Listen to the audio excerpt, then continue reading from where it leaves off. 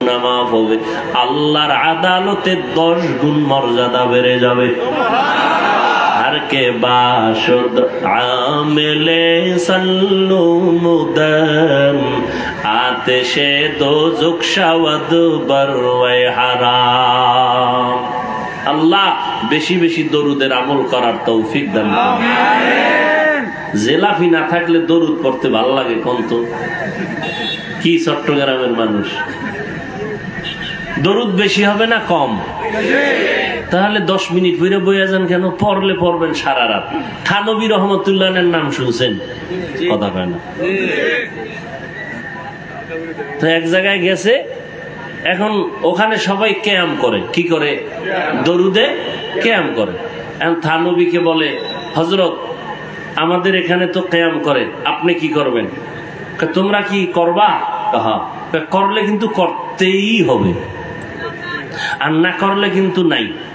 কাহা করবই। থানবী রহমতুল্লাহ লেখা দাঁড়াও। পড়তেছে পড়তেছে পড়তেছে পড়তেছে পড়তে পড়তে মাগরিব থেকে এশা, এইবার কয় বন্ধ, এশা পড়ো। এশার পরে আবার দাঁড়াও। এইবার 12টা 1টা 2টা দিক দিয়ে যারা ছিল, ডানে নাই বামে নাই, কে কোন দিক দিয়ে কই গেছে, মারেফতের লাইনে রসুলের লগে লাইন হয়ে গেছে, খবর নাই কেউ। থানবী তাকায় দেখে 2-3 জন সারা কেউ নেই। কয় হুজুরা এরা গেল কয় সব এদিকে দিকে। ব্যাপার কি? এই তুমি এদিকে দিক গেলা কেন? তুমি কি আসলে নবীর দুশ্মন নি? কয় না। কারণ আপনি এতক্ষণ পড়বেন। আমি বলছি না পড়লে পড়তেই হবে, রসুলের শান বলতেই হবে, দরুদ পড়তেই হবে, পড়তেই হবে। কয়বার? কয়বার নাই, পড়তেই থাকো। জিহ্বা চলবে যতবার, দরুদ চলবে শতবার, 1000 বার, কোটি বার। বসে আছো পড়ো, দাঁড়ায় আছো পড়ো, হাঁটতেছো পড়ো, বিছানায় শুয়ে শুয়ে পড়ো। চলবে না? নাকি দরুদ পড়লেই দাঁড়াইতে হবে? তাহলে তোমার ঘুমানো লাগবে দাঁড়াইয়া, তুমি হুইয়া ঘুমাইও না। যাও তুমি দাঁড়াইয়া দরুদ পড়বা আর ঘুমাবা। তাহলে হুইয়া হুইয়া বললে বেদবি হবে। তো দাঁড়াও, তোমার ঘুমও দাঁড়াইয়া। কি আমার রসুলের দরুদ কমানো যাবে না, বাড়াতে হবে। কি কমবে না বাড়বে? কয়শোবার? কোনো গণনা নাই। অতএব তুমি বসে আছো পড়ো, হাঁটতেছো পড়ো, শুয়ে আছো পড়ো। যদি যুক্তি দাও না পড়লেই দাঁড়াইতে হইব, তাহলে ঘুমাইলো দাঁড়ায় ঘুমো আর পড়ো। ওই যে বললাম, যুক্তি দিয়া নাস্তিক হওয়া যায়, বেয়াদব হওয়া যায়, আল্লাহ পাওয়া যায় না।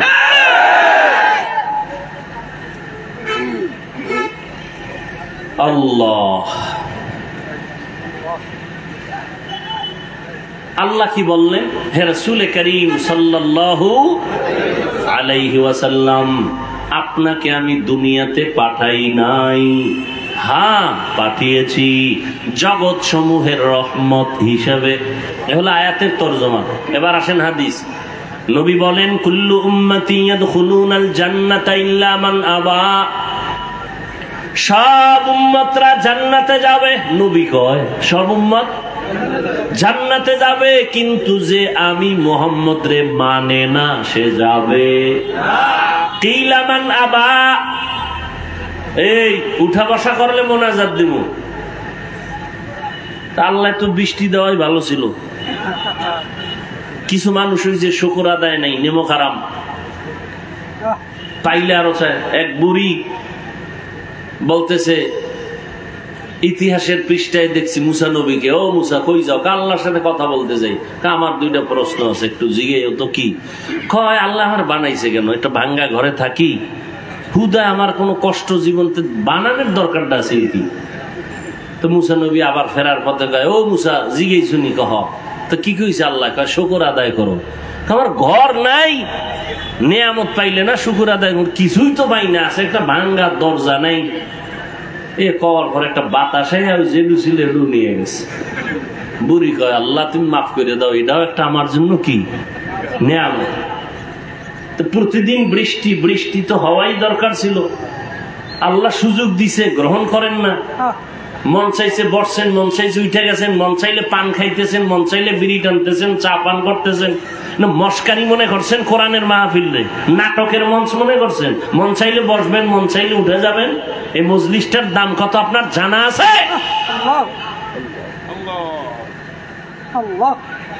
রহমতের নবী বলেন, কেউ যদি উলামায়ে আহলে হকের মজলিসে দ্বীনের কথা শোনার জন্য ঘর থেকে বের হয়, প্রত্যেকের সাথে আমার আল্লাহ ৭০,০০০ রহমতের ফেরেশতারে কাফেলা বানায়া পাঠায় দেয়।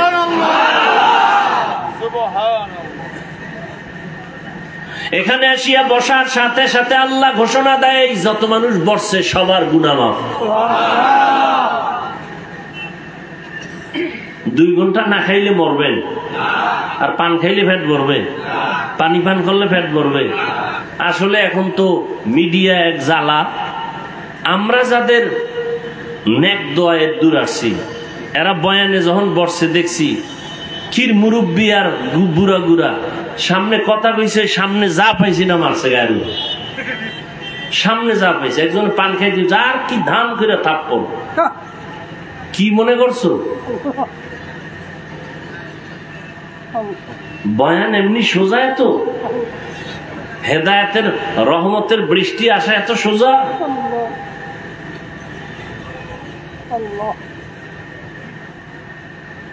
এগুলি বুঝবে না কেউ।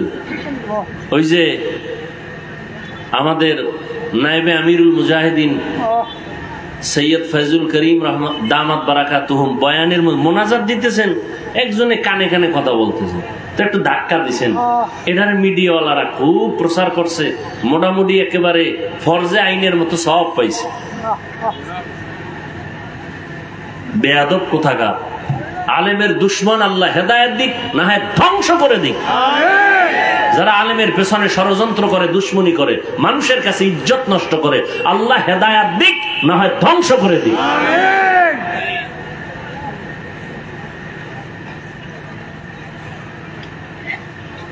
আল্লাহ। চট্টগ্রামের এক জমিনে চরমনের সৈয়দ ইসহাক রাহমাতুল্লাহ আলাইহি বয়ান করতেছিলেন। হুজুরে বরিশাল্য ভাষায় বয়ান করে, চট্টগ্রামের মানুষ একজন দাঁড়ায় কয়, নো বুঝি। কি কয় বুঝি না, হুজুরেও বুঝে না, উনি কি কয়?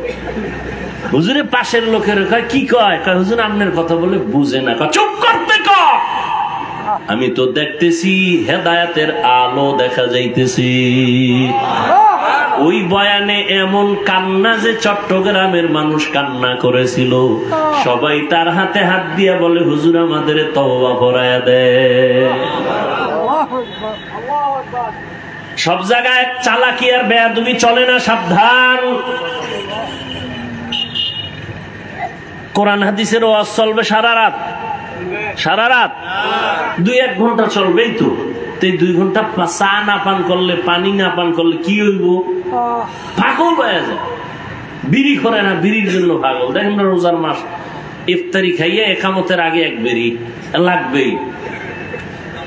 পান করে রাখায় 2 খিলি লাগবেই। সারাদিন পাগলের মতো আছিল। রোজা কদ্দুর আল্লাহর জন্য হইছে, আল্লাহু আলাম।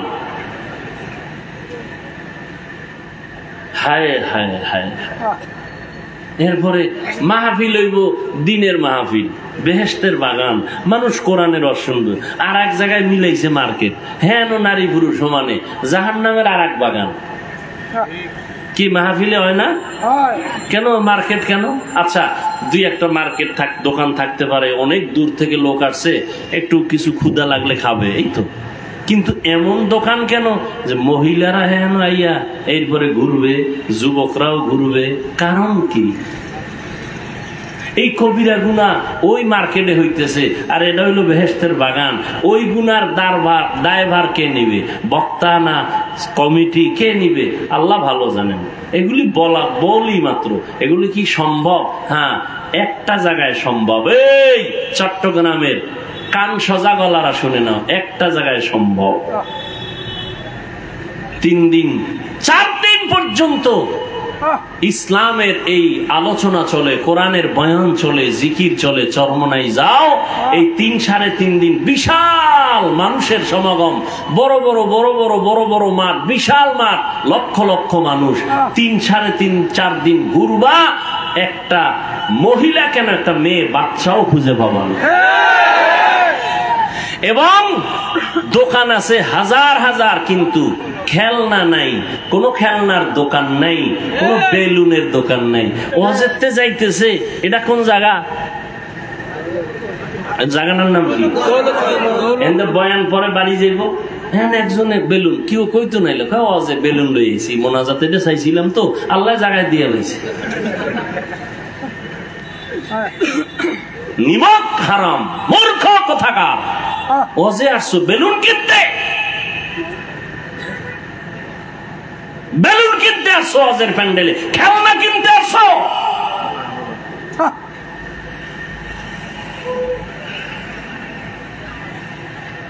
আল্লাহ আমাকেও মাফ করেন, আপনাদেরকেও মাফ করেন।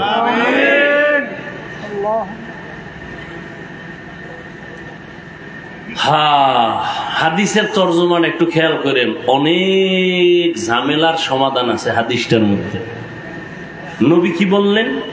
সব উম্মত জান্নাতে যাবে, যারা আমি মুহাম্মদকে মানে না, অস্বীকার করে তারা যাবে।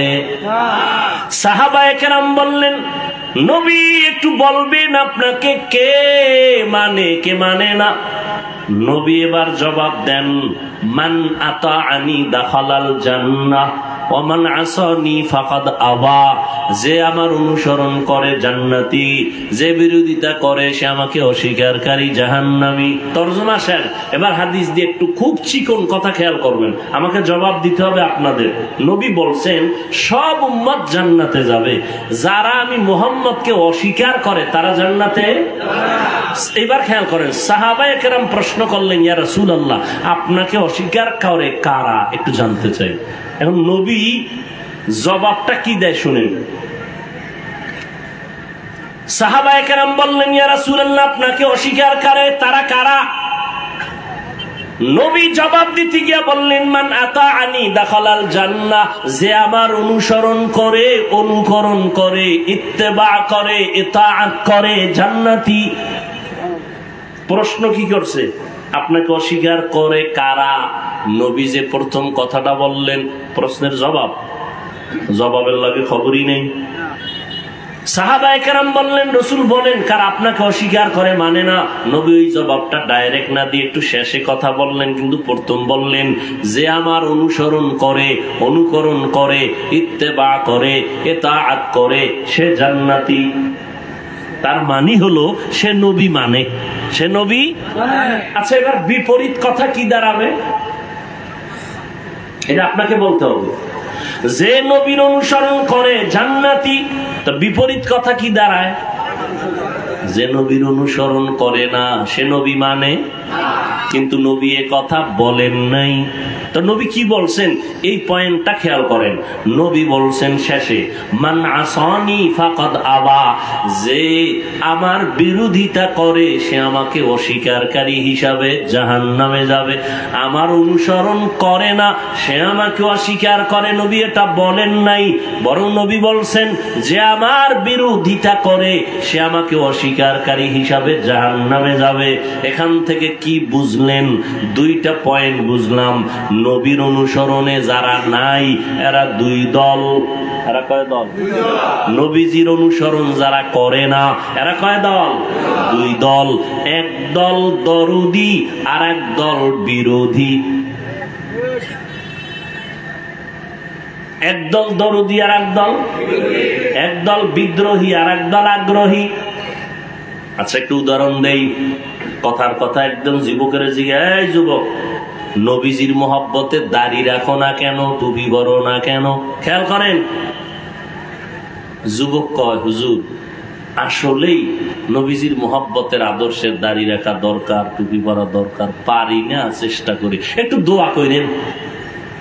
এরম নাই? এবার জবাব দাও, এই ছেলেটা কি বিদ্রোহী না আগ্রহী, বিরোধী না দরদি? তাহলে তারে গালি দেওয়া যাবে? যাবে না। আর এক যুবকের এদিক দিয়ে জিগাইলাম, কথার কথা, তুমি আবার আমার দিকে মনে করেন আমি তোমারই কইছি। একজনের ধরলাম, এই যুবক তুমি নবীর আদর্শে দাঁড়িয়ে রাখো না কেন? আমার কথাটা শেষ না হতে চুম্বুকের মতো বলে, না রাখলে অসুবিধা কি? এরকম বেয়াদব আছে না? আর একটু চালাক হইলে কয় দাড়ির মধ্যেই কি ইসলাম? ও ভাই পোশাক পরো না কেন? না পরলে অসুবিধা কি? পোশাকের মধ্যেই কি ইসলাম? আগ্রহী না বিদ্রোহী? রসুলের আদর্শর বেলায় বিদ্রোহীর আর এক নাম হলো বেঈমান। এই জন্য ভালো করে মনে রাখবেন, যে দাড়ি রাখে না তারে গালি দেওয়া যাবে না, যে দাড়ি পছন্দ করে না তাকে ছাড় দেওয়া যাবে না, যে নামাজ পড়ে না তাকে গালি দেওয়া যাবে না, যে নামাজ পছন্দ করে না তাকে ছাড় দেওয়া যাবে না, সুযোগ পেলেই জুতার বাড়ি। আগ্রহীর নাম মুমিন, বিদ্রোহীর নাম বেঈমান। আগ্রহী আজ না কাল হেদায়াত পাবে, বিদ্রোহীর কপালে হেদায়াত আসবে না। বুঝেননি? একটা উদাহরণ আগে দিতাম, এখনো দেই। উদাহরণটা এটা একটা উদাহরণ, এটা বাস্তবতার সাথে অনেক সময় মিলে, অনেক সময় মিলে না। উদাহরণ কেন? মূল কথা বুঝার সহায়ক। কিছু মূর্খ জাহেল আছে, ওই মূল কথা না বুঝা উদাহরণটা লয়ে লাফায়। আছে না নাই? হুজুরি উদাহরণ দিছে কিয়ামতের দিন জাহাজ নিয়ে উঠবে আল্লাহর ওয়ালারা। আর এক হুজুরি উদাহরণ দিছে আমরা ট্রেনে চড়ে জান্নাতে যাবো। হ্যাঁ, ট্রেন পাইব কই? এই দুনিয়া। ওরে ভাই, তোমার মাকসাদ কি তুমি এটা বুঝো? তোমার অন্তর এত পচা কেন? তুমি নেগেটিভ সাইডটা ধরো কেন? পজিটিভটা ধরো।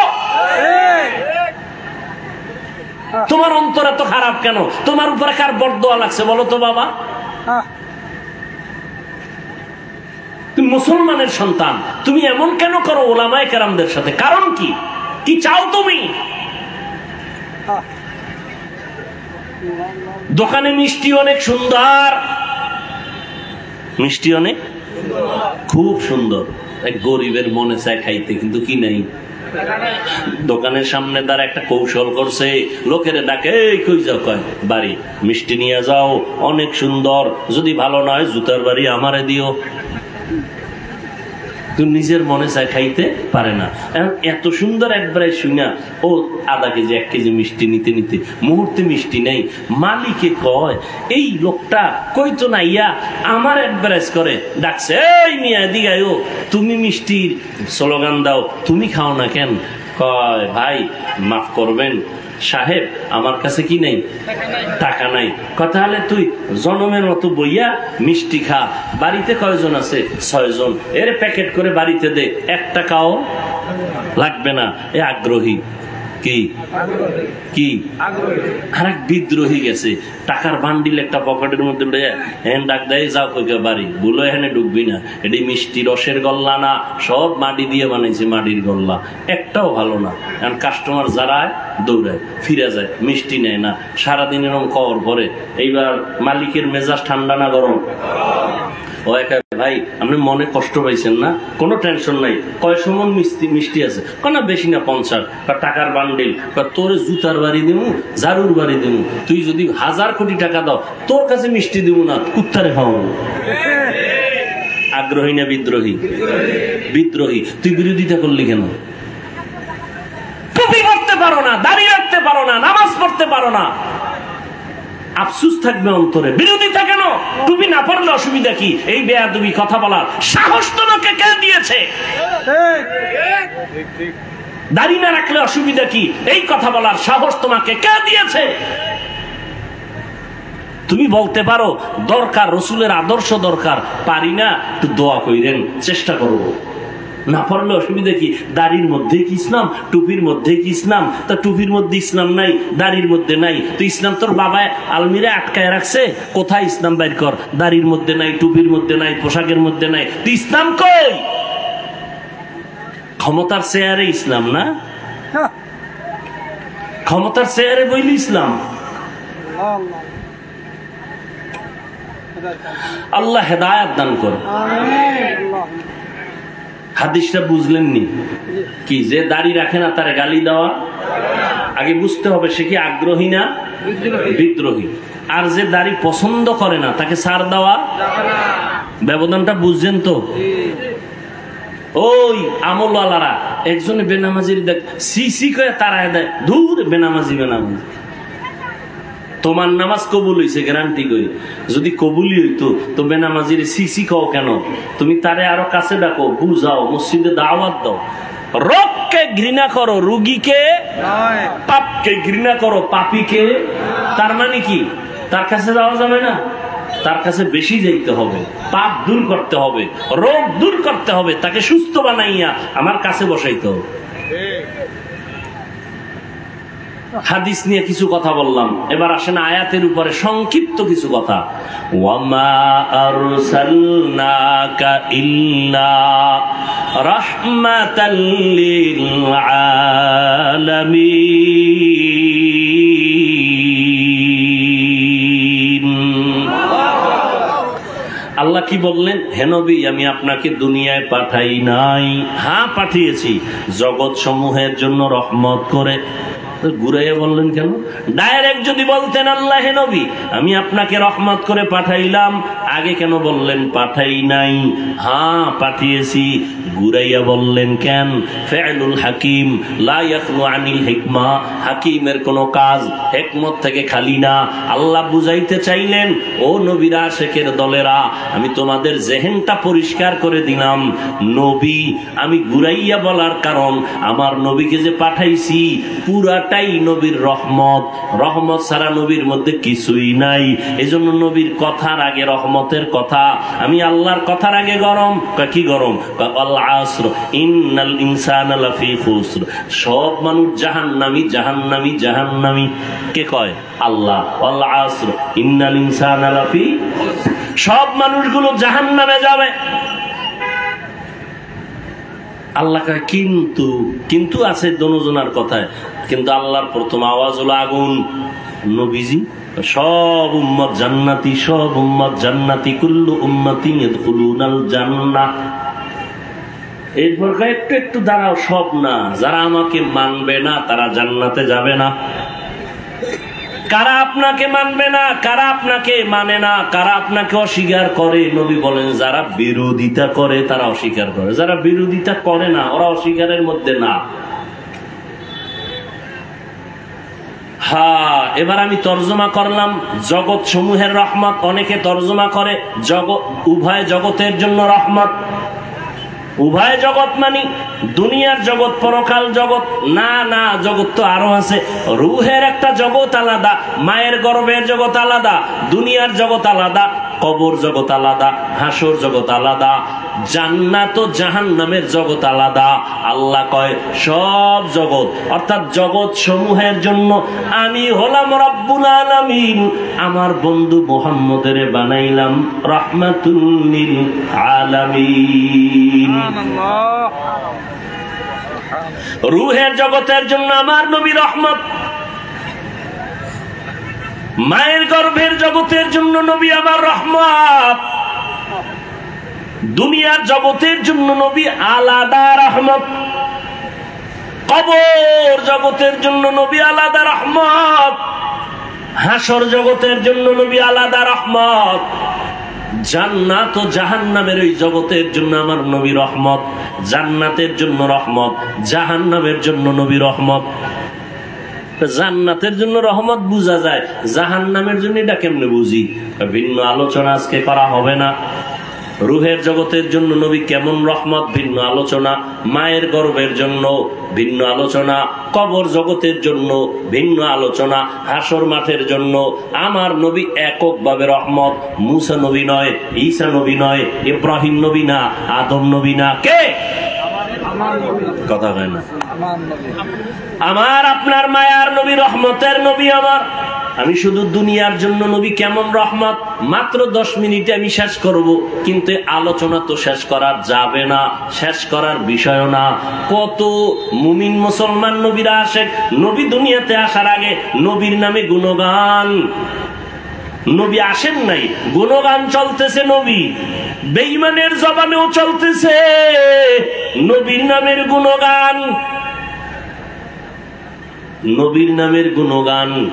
গৌতম বুদ্ধের একটা ইতিহাস আমি বলেছিলাম, জাহেল মূর্খ হিংস্র যারা, এরা না বুঝাই উল্টা পাল্টা বক্তব্য দেয়, বিরোধিতা করে। ওদের মাকসাদ মানুষকে সতর্ক করা না, ওদের মাকসাদ আলেমদের বিরোধিতা করা। নবী আসার আগেই গুণগান, বিধর্মীর মুখেও গুণগান। নবী আসছেন, গুণগান চলতেছে। নবী চলে গেছেন, বন্ধ না চলতেছে। বেঈমানের জবানেও গুণগান, সব বক্তাদের জবানে চলতেছে, লেখকদের কলমে চলতেছে। রহমতের নবীর গুণগান কিয়ামত পর্যন্ত চলবে, কিয়ামতের দিনও চলবে। শেষ হবে? শেষ হবে না। ইমামুল আউয়ালিন আল আখিরিন বাহরে সাদকা রাহমাতাল লিল আলামিন সাইয়্যিদুল কাউনাইন খাতমুল মুরসালিন আখিরা মদবুদ ফখরুল আউয়ালিন। এরে নবীর আশিক, দুনিয়ার জগতের জন্য নবী কেমন রহমত একটু বুঝো। এমন একজন নবী পাইলা, কপাল পোড়া, ওই নবীরে চিনলা না। কেমন মায়ার নবী, যেই নবীর জন্য গর্তের পিপিলিকা পর্যন্ত পাগল হয়, কান্না করে।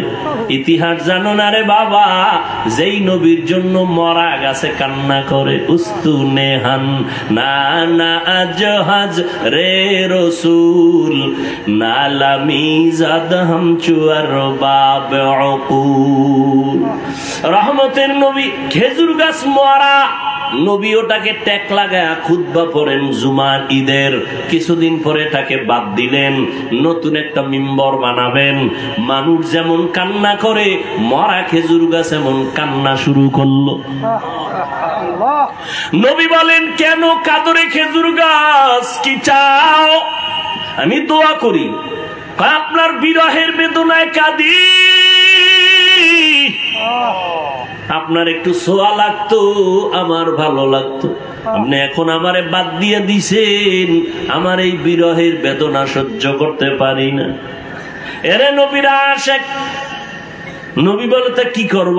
আমি দোয়া করি তুমি তাজা হও, গাছে খেজুর আসবে, আমার উম্মতরা খাবে। না না, কি চাও?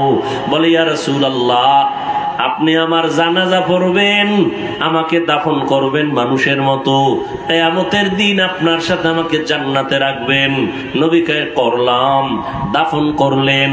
ওই জায়গায় একটা পিলার, মসজিদে নববী, রাসূলের রওজার পাশে, ওই পিলারের উপরে আরবিতে লেখা আছে সতুনে উস্তুনে হান্নানা, মানে পিলার খুঁজতে গিয়া নিচে যদি যাওয়া হয় আজও সেটা পাওয়া যাবে। রহমতের নবীর এটা মুজিজা। নবীর জন্য মারা গেছে কান্নার আওয়াজ, অথচ তুমি জিন্দা মানুষ, নবীর জন্য তোমার কান্না নাই। যদি নবীর প্রতি মায়া থাকতো, আমার নবীর উম্মতের এত কষ্ট তুমি দিতে পারতা না, নবীরও কষ্ট দিতে পারতা না। ফিলিস্তিনের মধ্যে মানুষ মরে যাচ্ছে, কই তাদের কোরবানি, কই তাদের ঈদ, কই তাদের আনন্দ? মায়ের সামনে সন্তানের জবাই করা হয়, সন্তানের সামনে মা বাবাকে ধর্ষণ করে জবাই করা হয়। ও আল্লাহর বান্দারা, কিছু নিমক হারাম কুলাঙ্গারের বাচ্চা আছে আমার দেশে, এরা বয়া বয়া কয় ফিলিস্তিনে মানুষ মরলে আমগো দেশে চিল্লায়, হুজুরেরা লাভ কি হবে? ও নবীর আশিক, জান্নাত পাওয়া এত সহজ নয় রে বাবা। রহমতের নবী আমার, গাছের জন্য রহমত। আমার নবী শুধু মানুষের জন্য রহমত এটা না, মুমিনের জন্য নবী আলাদা রহমত, বেঈমানের জন্য নবী আলাদা রহমত। পুরুষের জন্য যেমন নবী রহমত, নারীদের জন্য নবী আলাদা রহমত। আমার নবী যেমন মানুষের জন্য রহমত, জিনের জন্য নবী রহমত। আমার নবী গাছের জন্য, মাছের জন্য রহমত, পর্বতমালার জন্য রহমত, সমুদ্রের জন্য আমার নবী রহমত। আমার নবী জঙ্গলের প্রাণীদের জন্য রহমত, উড়ন্ত প্রাণীদের জন্য নবী রহমত। আমার নবী ওটাই হলো রাহমাতুল লিল আলামিন। আমার নবী এমন এক সময় আসলেন মক্কা নগরীতে, নবী আমার এত পবিত্র, এত পবিত্র, যার 63 বছর হায়াতে কোনো মিথ্যার আওয়াজ নাই, জীবনে একটা গালি কাউকে দেন নাই। হাজারো গালি নবীর সামনে দাঁড়ায় দিছে, নবী জীবনে একটা গালির জবাবও দেন নাই। আর তোমার গালি না দিলে বয়ান ভালো হয় না, না? তুমি আশেকে রসুল না হইলে ভণ্ড হবে কে? আমার নবী জীবনে গালি দেন নাই, কারো গালির জবাব দেন নাই। নবীর সামনে দাঁড়ায় অকথ্য ভাষায় নবীর গালি দিতে, সামনে দাঁড়ায় নবী একটা জবাবও দেন নাই। আরো শুনো, কেমন মায়ার নবী আমার, যেই নবী কোনদিন কারো দিকে চোখ তুইলা গরম নজরে তাকান নাই। কেমন রহমতের নবী আমার। জালালউদ্দিন রুমি রহমাতুল্লাহ আলাইহি এত বড় একজন ওলিয়ে কামেল, এত বড় একজন আলেম, জবরদস্ত আলেম জালালউদ্দিন রুমি রহমাতুল্লাহ আলাইহি মাআরিফে মাসনবী তার লিখিত কিতাবের মধ্যে ঘটনা লিখছেন। নবীজি রহমতের নবী রাস্তা দিয়া যায়, পাহাড়িয়া জঙ্গল, হঠাৎ করে তাকায় দেখে একটা গাছের গোড়ায় হরিণীটা বাঁধা। নবীরে দেখা হরিণী আস্তে করে সালাম দিল। রহমতের নবীরে সালাম দিলেন, আর মাথা নাড়ায় যেন কি বলেন। আরেফে রুমি রহমাতুল্লাহ আলাইহি বলেন, হরিণ বলতেছিল, ও দয়ার নবী, আমাকে কয়েকদিন এক ইহুদি এই বাড়িওয়ালা আমাকে গাছের সাথে বেঁধে রাখছে। আমার জঙ্গলে কয়টা বাচ্চা আছে, মা মা বলে কান্না করে আমারে খুঁজে, আমারে ছাড়েও না, আমাকে জবাই করে খেয়েও ফেলে না। আমি সইতে পারি না রে নবী, একটু যদি আপনি দয়া করতেন রে নবী। আপনাকে চিনে ফেলছে, আপনি তো দয়ার নবী। নবী এখন চিন্তা করলেন, আমি যদি এখন ওকে আমি সুযোগ দেই তো মালিকের অর্ডার ছাড়া হবে না। নবীর আদর্শ কত সুন্দর, ইহুদির কাছ থেকে অনুমতি না নিয়ে তো ছেড়ে দেওয়া যাবে না। কিন্তু আমি রহমতের নবী হইয়া ইহুদির বাড়ি কেমনে যাই? মায়ার নবী চিন্তা করে চলে গেলেন ইহুদির ঘরে। ও ইহুদি ভাই, কে তুমি? বলে, আমি মুহাম্মদ ইবনে আব্দুল্লাহ, আমি আব্দুল্লাহর ছেলে মুহাম্মদ সাল্লাল্লাহু আলাইহি ওয়াসাল্লাম। ইহুদি কয়, যেই মুহাম্মদ আমগো দুশমন সেই নি কয়, তুমি আমার দরজায় কেন আসছো? বলে, আপনার একটা হরিণী বেঁধে রাখছেন নাকি? বলে, হ্যাঁ। বলে, হরিণীটা কান্না করে, একটু যদি ছেড়ে দিতেন জঙ্গলে ওর বাচ্চাদের দুধ পান করায় চলে আসতো। আমি মুহাম্মদ জিম্মেদারি নিতে চাই। ইহুদি কয়, মানুষ তোমারে পাগল কয়, আজকে বাস্তবে বুঝলাম আসলেই তুমি পাগল। কেন? বলে, হরিণী তুমি ছাইরে দিবা, আবার তোমার কথা আনবেটা কেমনে হয়? রহমতের নবী বলেন, ইহুদি ভাই, রশিটা আমার হাতে দিবেন, আর আপনি হরিণীটারে ছুরি দিয়া জবাই করার যেই ছুরিটা আছে ওটা হাতে রাখবেন। সময়ের মধ্যে যদি হরিণী না আসে, ওই ছুরিটা আমি মুহাম্মদের গলায় লাগাই দিবেন। ইহুদি কয়, সুযোগ পাইছি, ছাড়া যাবে না, হরিণী তো কখনো আসবে না, এই সুযোগে তোমাকে জবাই করার একটা রাস্তা খুঁজে পেলাম। আল্লাহ কয়, নবী কোনো টেনশন নাই, ওয়াল্লাহু ইয়াসিমুকা মিনান নাস। আমি কোরআন হেফাজতের যেমন আয়াত নাজিল করছি, জিম্মা আমি নিছি, আপনাকেও হেফাজতের জিম্মা আমি আল্লাহ কুদরতের হাতে নিয়ে নিছি। কোরআনও কোনোদিন ধ্বংস হবে না, ও নবী আপনাকেও কোনোদিন কেউ অপমান করতে পারবে না। আমি হেফাজতের জিম্মাদারি নিলাম। ওয়াল্লাহু ইয়াসিমুকা মিনান নাস। রহমতের নবী চলে গেলেন। হরিণীর ইহুদি সাইরা দিয়া হাতটা দিয়া রশি দিল। এবার নবী কয়, এই হরিণী দেখছুনি মালিক দাঁড়ানো, হাতের মধ্যে ছুরি, তাড়াতাড়ি যাইয়া বাচ্চাগুলোরে দুগ্ধ পান করায় চলে আসবি। যদি একটু সময় বেশি করো, ইহুদি অপেক্ষায় আছে, তোর গলার ছুরি কিন্তু আমার গলায় লাগায় দিবে। এই হরিণী তাড়াতাড়ি যা। হরিণীটা একটা দৌড়, জঙ্গলের মাঝে গিয়ে কয় বাচ্চাগুলো কই, তাড়াতাড়ি আয়, সময় কিন্তু কম। মায়ের কণ্ঠ পাইয়া বাচ্চাগুলো দৌড়াইয়া হাজির। আইসা বলে, আম্মু তুমি এতদিন আসো নাই, কোথায় ছিলা? বলে ইহুদি বেঁধে রাখছি, আজকে তুমি কেমনে আসছো? এবার ডাক দিয়া কয়, ও বাচ্চারা, আমার বাধার পথ দিয়া একজন মায়ার রহমতের নবী হেঁটে যাইতেছিলেন, আমি তারে বিনয় করার পর একটু সময় নিয়ে সাইরা দিছে রহমতের নবী। দেরি যদি হয়, ইহুদির হাতে দেখছি ছুরি, আমার দেরি হলে রহমতের নবীর গলায় চলে যাবে। তাড়াতাড়ি দুগ্ধ পান কর আর আমারে বিদায় দাও। বাচ্চাগুলো কয়, মা আমরা দুধ পান করব না, যেই মায়ার নবী তোমার এত দয়া করছে তারে একটা নজর দেখবো, না খায়া থাকলে মরে যাব। এবার মাও দৌড়ায়, বাচ্চাগুলিও দৌড়ায়, মায়ার নবীকে দেখার জন্য দৌড়ায়। এবার সময়ের আগেই ইহুদি তাকায় দেখে হরিণী হাজির, বাচ্চাগুলো হাজির। মাথাটা মাটিতে লাগাইয়া হরিণের বাচ্চাগুলো, হরিণী কি যেন নারায় নারায় বলে। ইহুদি ডাক দিয়া কয়, হরিণীরা কি কয়? এবার কয়, ইহুদি ভাই, হরিণীরা বলতেছে এই বাচ্চাগুলো আমি বলে দেওয়ার পর এগিয়ে বলছে দেরি করা যাবে না, রহমতের নবী তাড়াতাড়ি যেতে বলছে। একথা শুই না বাচ্চাগুলো দুগ্ধ পান করে নাই, আমাকে একটা নজর দেখার জন্য চলে আসছে, আমাকে সালাম দিছে আর আমাকে মোহব্বতের জন্য কথা বলছে এবং সময়ের আগে আসছে। তারা নিজেদের খুশি প্রকাশ করছে। ইহুদি ছুরিটা ফালাইয়া এবার ডাক দিয়া কয়, তুমি কি সেই মায়ার নবী? একটা জঙ্গলের হরিণী আর বাচ্চাগুলো যদি তোমাকে চিনতে পারে, আর আমি মানুষের ঘরে জন্ম নিয়ে যদি তোমাকে চিনতে না পারি, আমার মতো হতভাগা কপাল পোড়া আর কেউ হতে পারে না। আমার বেয়াদবি তুমি মাফ করে দাও, আমাকে তুমি কালেমাওয়ালা মুসলমান বানায় দাও। মায়ার নবীর হাতে ইহুদি তওবা করলো, মুসলমান হয়ে গেল। এরে নবীর আশিক উম্মতের দল, আজকে মুসলমানের ঘরে জন্ম নিয়েছো,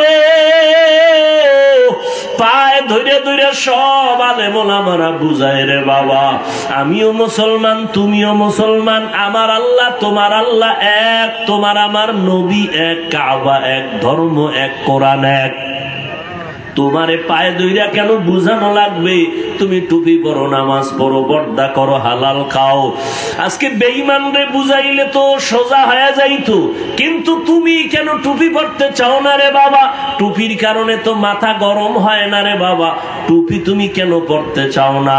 আজকে তুমি দাড়ি রাখতে লজ্জা পাও, আর আমিও তোমার মতো মুসলমান দাড়ি কাটতে লজ্জা পাই। আজকে তুমি মসজিদে ঢুকতে লজ্জা পাও, আর আমি মসজিদে না ঢুকলে লজ্জা পাই। আজকে তুমি পর্দা করতে লজ্জা পাও, আর আমি পর্দা না করলে লজ্জা পাই। তুমি একটা মেয়ে দেখলে মন খুশি, আমার ভয় লাগে আল্লাহ নি বেজার হয়ে গেল। তুমিও মুসলমান আমিও মুসলমান, তোমাকে এত পাও ধরে বুঝাইতে হবে কেন? তুমি কি জান্নাতের বয়ান জানো না? তুমি কি কোরআনের মধ্যে জাহান্নামের বয়ান আছে জানো না? ও আল্লাহর বান্দারা, আজকে তুমি যুক্তি দাও জামা পরলে গরম লাগে। ও বাবা কিসের গরম? আমরা তো গরমের কারণে জামা ফালায় দেই নাই।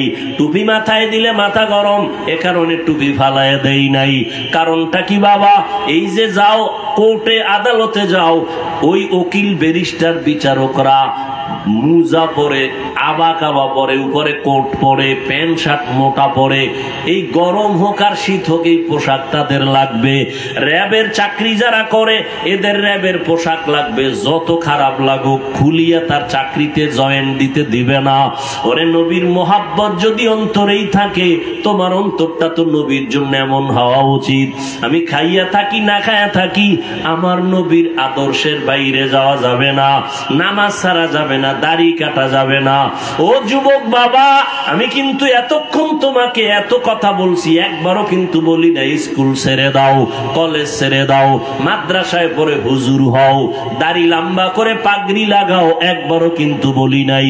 বরং আমি তোমাকে বিনয়ের সাথে আশ্বাস দিয়া বলি, স্কুলে পড়ো, ইসলাম বাধা দেয় না, কলেজে পড়ো, কোনো নিষেধ নাই, চাকরি করো, বাধা নাই, তবে তুমি নবীর তরিকাটা মেনে চলো, মা বাবার দোয়া নিয়ে চলো, ওলামায়ে আহলে হকের পরামর্শ নিয়ে নবীর তরিকা মানো।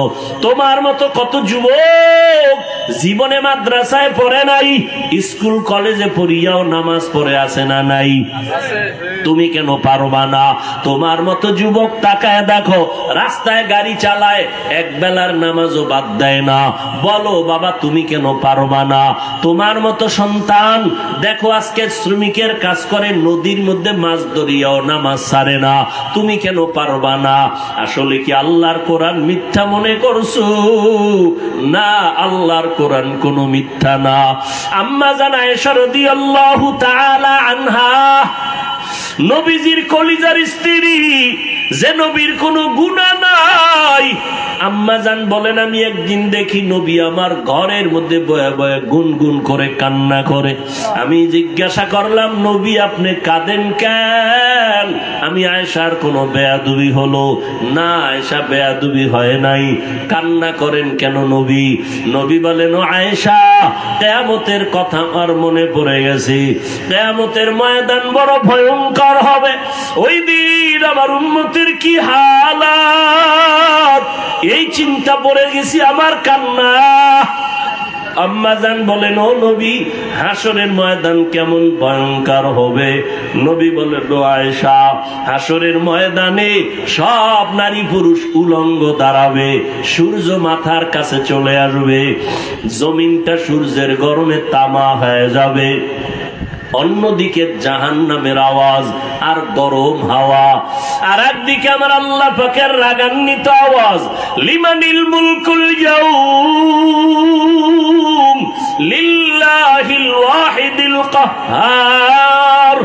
আমার আল্লাহ এত রাগান্বিত আওয়াজ দিয়ে কথা বলবেন, কুদরতি আওয়াজে হাসরের ময়দানটা থরথর করে কেঁপে উঠবে। নবীদের কোনো গুনাহ নাই ও আয়েশা, সেই নবীরা পর্যন্ত হঠাৎ তারা পাগলের মতো কান্না শুরু করবেন, উম্মতেরাও পাগলের মতো দৌড়াবে, কার কাছে গেলে একটু সুপারিশ পাওয়া যায়? আদম নবীর কাছে চলে যাবে। আদম নবী বলবেন আমার চিন্তা আমি বিভোর, আমি কিছুই করতে পারবো না। ইব্রাহিম নবীর কাছে চলে যাবেন, তিনিও এক কথা বলে ফিরায় কান্না শুরু করবেন। মুসা নবীর কাছে গেল, এই কথা ফিরায় দিয়ে কান্না শুরু করবেন। ইব্রাহিম নবীও কান্না করবেন। আম্মা জান আয়েশা বলেন নবী তারপরে উম্মতের কি হালাত হবে? রহমতের নবী বলেন আয়েশা, উম্মতেরা ঘুরতে ঘুরতে সর্বশেষ আমাকে তালাশ করা শুরু করবে। নবী আপনাকে কোথায় পাবে? খুঁজতে খুঁজতে দেখবে আমি মাকামে মাহমুদ, আমার মাওলা পাকের কুদরতি কদমের কাছে আমি সেজদায় পড়ে কান্না করতে থাকবো। অন্য নবী মুসা নবী কাঁদবেন, আল্লাহ আমাকে বাঁচাও, উম্মতের চিন্তা অন্তরে নাই। আদম নবী উম্মতের কথা ভুলিয়া নিজের চিন্তায় কাঁদবেন। কিন্তু আমি মুহাম্মদ যতবার আল্লাহর কাছে কান্না করব, একবারও বলবো না আল্লাহ আমাকে বাঁচাও। আমি আল্লাহর আদালতে যতবার কাঁদবো আর বারবার বলবো আল্লাহ আমার উম্মতের বাঁচাও, আমার উম্মতের বাঁচাও। এই জাহান্নামের আগুনের গরম আমার উম্মত সহ্য করতে পারবে না। জাহান্নামের আগুনের গরম, সূর্যের গরম আমার উম্মত সইতে পারবে না। আম্মা জান আয়েশা বলেন তারপরে কি হবে? ও পর্দার আড়ালের মা বোনেরা, কয়দিন দুনিয়াতে বাঁচবারে মা? এমন একটা দিন নাই মায়ের মরণ নাই, যুবকের মরণ নাই, বুড়ার মরণ নাই রে মা। আল্লাহ এত মর্যাদা আপনাদের দান করেছেন। আপনারা নবীদের মা, আলেমদের মা, আম্মা জান আয়েশা রাদিয়াল্লাহু আনহার মতো মা, খাদিজা রাদিয়াল্লাহু আনহার মতো মা, ইসমাঈল নবীর মা হাজরা আলাইহা সালামের মতো মা, আপনাদের এত মর্যাদা। আপনারা ঈসা নবীর মা মারিয়াম আলাইহা সালামের মতো দামি নারী। ও পর্দার আড়ালের আম্মা জানেরা, বোনেরা, আপনার মতো কত মা বোন আছে এখনো পর্দা করে, নামাজ পড়ে, মোবাইলে সময় নষ্ট করে না, স্বামীর মাল হেফাজত করে, সন্তানগুলো আদর্শওয়ালা বানানোর চেষ্টা করে। আপনি কেন পারবেন না? আম্মা জান আয়েশা বলেন নবী, তারপরে কি হবে? আল্লাহর নবী বলেন আয়েশা, আমার কান্না দেখা আল্লাহ বলবেন নবী আপনি মাথা উঁচু করেন, কান্না করবেন না, আমি আপনার কান্না বরদাস্ত করতে পারি না। আপনি কি চান? আমার উম্মত জান্নাতে নিতে চাই। আল্লাহ পাকের নবী একথা বলা মাত্র আল্লাহ বলবেন আপনি আপনার উম্মত গুলো ধরে ধরে বাছাই করে আপনি আপনার জান্নাতের দিকে নিয়ে যান। নবী বলেন তখন আমি আনন্দে আমার উম্মত গুলো আমি বাছাই করে নেওয়া শুরু করব, হাউজে কাউসারের পাশে নিয়ে লাইনে দাঁড় করাবো। আম্মা জান আয়েশা বলেন ইয়া রাসূলুল্লাহ, মুসা নবীর উম্মত, ঈসা নবীর উম্মত, আদম নবীর উম্মত, ইব্রাহিম নবীর উম্মত, কোটি কোটি কোটি কোটি মানুষের ভিতরে আপনার উম্মত কারা আপনি কেমন করে চিনবেন? মায়ার নবী বলেন আয়েশা, আমার যে উম্মত গুলো দুনিয়াতে যারা 5 বেলার ওযু বানাইয়া নামাজ আদায় করত, কিয়ামতের দিন ওযুর জায়গাগুলো হাসরের ময়দানে নূরের আলোতে চমকাইতে থাকবে। আমি দেখে দেখে আমার উম্মত গুলো হাউজে কাউসারের কিনারায় লাইনে দাঁড় করাইয়া আমি নিজে হাত দিয়া কাউসারের পানি আমার উম্মতের পান করাবো। আমার উম্মতের আমার হাতের পানি পান করিয়া কলিজা ঠান্ডা করবে, এরপরে জান্নাতে নিব। তবে সেখানেও সতর্কবাণী, কিছু দূর উম্মত পানি পান করানোর পরে হঠাৎ দেখবো পর্দা মাঝখানে, উম্মত আমার পেছনে আছি। ফেরেশতাকে বলবো ফেরেশতারা আমার উম্মত এখনো লাইনে দাঁড়ানো, পর্দা দিলা কেন? ফেরেশতারা তখন বলবেন ইয়া রাসূলুল্লাহ, এই উম্মত গুলো আপনার দুশমন, এরা আপনার আসল উম্মত না।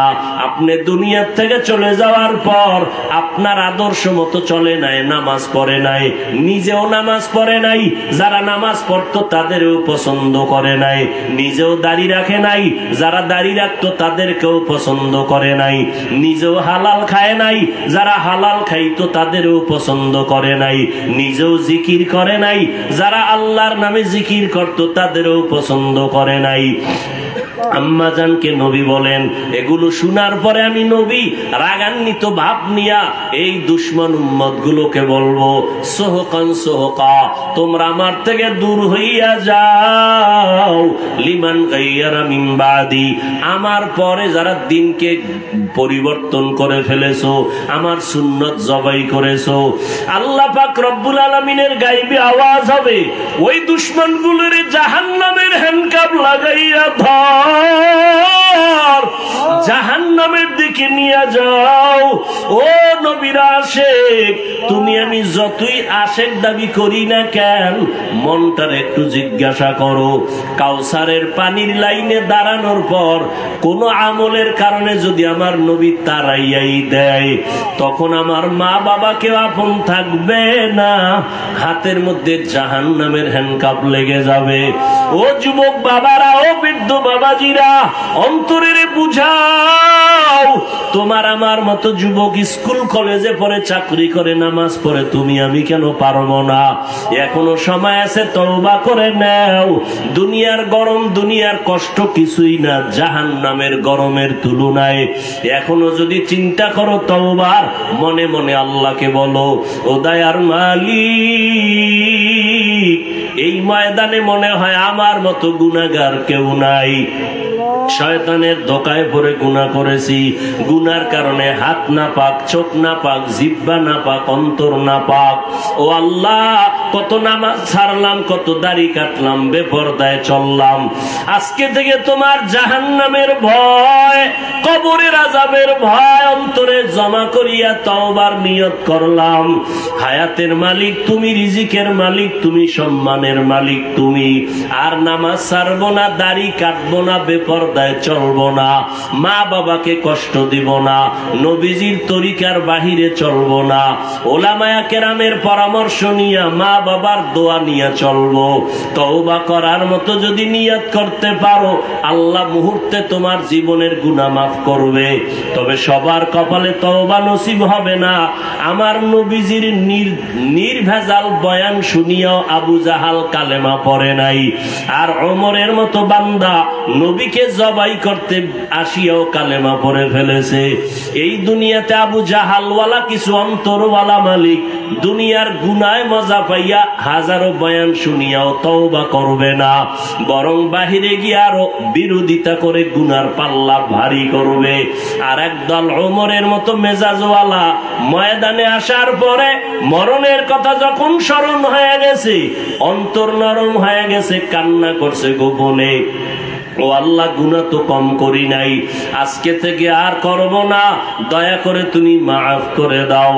ওমরের মেজাজ নিয়ে যদি তওবা করতে পারো রে বাবা, মনে মনে কাউকে শুনানোর দরকার নাই, আল্লাহকে বলতে থাকো, আল্লাহ আজকে থেকে তওবা করে নিলাম, আর নামাজ ছাড়বো না, বেপরদায় চলবো না, দাড়ি কাটবো না, মা বাবার সাথে বেয়াদবি করব না, ওলামায়ে কেরামের পরামর্শ নিয়ে নবীর তরিকায় চলবো। যদি তওবার নিয়ত কারো হয়, দুটো হাত আমার আল্লাহকে দেখায় দাও।